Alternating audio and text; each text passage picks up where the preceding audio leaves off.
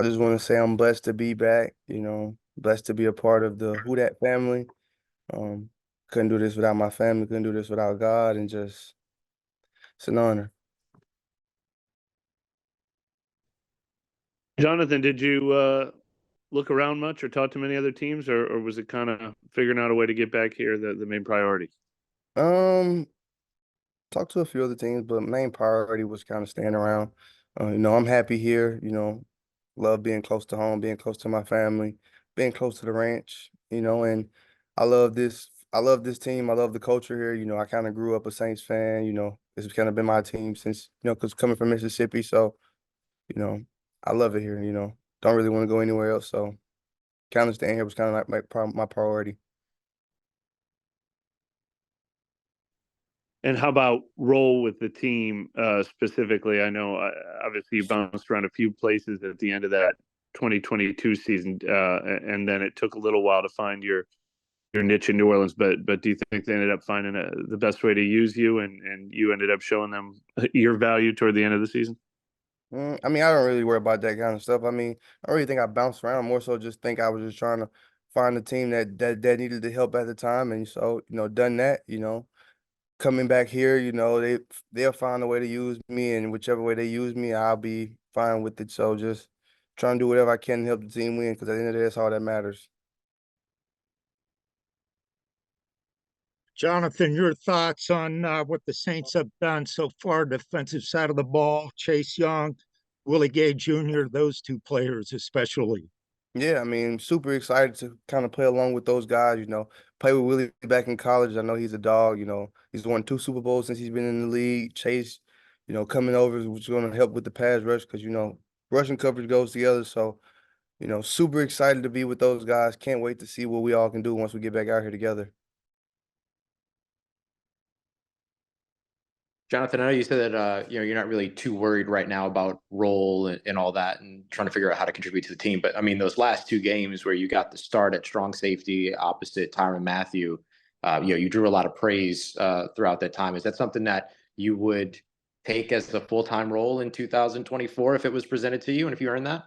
Without a doubt. I mean, wouldn't you? If they told you you could be the lead guy at your job, you would take the role as well. I mean, so if the role presents itself, I'm going to do everything in my power to make sure I do my best and to make sure that we succeed. And so, we finished the season off strong. So hopefully we can start back up the same way and kind of keep this ball rolling and try to roll all the way into the last game of the season. And what about that role worked for you last year? I mean, like it just seemed like it clicked you next to Tyrann and everything so quickly for you. What about it worked for you? I mean, it's very easy when you're playing against when you're playing with a lot of great talent. I mean, Tyrann's a guy who I've kind of, admired and looked up to, for a long time. He's been the honey badger who a lot of kids have emulated over the years. And so to kind of go out there with him and to, me and him studying film together, it makes it very easy. We communicate at a very high level, and then playing behind DeMario and them, where he's playing downhill, and the only thing you have to do is clean things up. It makes your job very easy. How important was it for you to still be near your home in Mississippi? I mean, very important. I mean, coming back here, last year was the first time I got to spend like Thanksgiving and Christmas with my family in the last 10 years, since kind of going off to college and everything. So, it played a vital role in my decision making.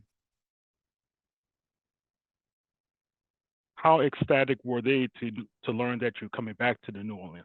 Oh, they were very happy, have some of my family here with me today, they're excited to, for us to kind of go along this journey and kind of continue and see if what all we can do with the Saints. And, like I said, hopefully the end goal is to make sure, we try to play in that last game in the Superdome.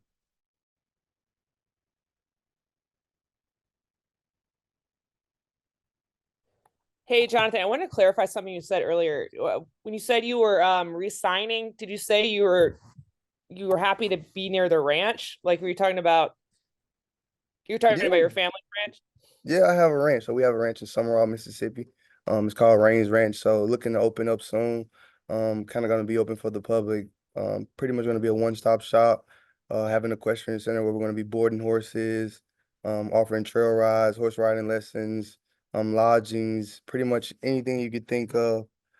So, to be closer to that, makes me happy. So. Yeah, that's awesome. I didn't know that about you, so that's pretty cool. Are you guys helping some of the kids in the neighborhood learning how to ride and get acquainted with horses and the wildlife and everything? Yeah, I mean that's a big part of it. So trying to bridge the gap with humans and horses. So our slogan is Reins Ranches where hooves and hearts unite. So basically, where we're gonna have different programs for like wounded warriors, like disabled veterans, autistic programs to basically like a therapy with horses and basically just trying to get kids outdoors again, because nowadays with so many kids being inside playing on electronic tablets and things like of that nature. So just trying to get kids back outdoors and doing more physical activities and things of that nature. And so just trying to create some activities also for, after school activities for kids in that area as well. Where did that passion start for you? Trying to bridge that. You talk about bridging that gap. Where did that passion start for you? I mean, I've had horses my entire life. Me and my brother, we had horses since we were about 9, 10 years old, to the point where I remember we used to have them tied up on leashes out in the yard eating grass like they were dogs. So, all the way up until now to where, I can basically afford to basically bring it back and try to bring my passion, some things that I love and try to pour it into the next generation. So just because, I love horses, and one thing I know is if you love anything, it loves you back. So Hey, That's awesome. Thank you for Johnathan, sharing that. Jarvion Howard talked about you a little bit during the HBCU week. That just kind of talk about your relationship with him and why he kind of calls you a little bit of a brother. Oh yeah, I mean, so me and Javion, we played high school ball together back at East Marion. And so, me and him, we've kind of stayed in contact throughout his entire journey where he started out at Syracuse. He talked with me through like the whole transferring process because I went to UGA at first. I transferred, ended up going to Mississippi State. So I just was trying to, just kind of keep him mentally there, throughout the whole process and trying to make sure he stayed headstrong and make sure he stayed motivated. And so, things have paid off for him, where he kind of went to Alcorn and had some success. And, he's entering his NFL journey. So, I've just been, an advocate for him to kind of continue to um somebody to lean on about advice and things of, some things that he may endure and have to overcome throughout this process, and just tell him, hard work pays off, just keep working. At the end of the day, somebody's going to see it, somebody's going to recognize it, and somebody's going to give you the opportunity. And at the end of the day, that's all you can ask for is an opportunity.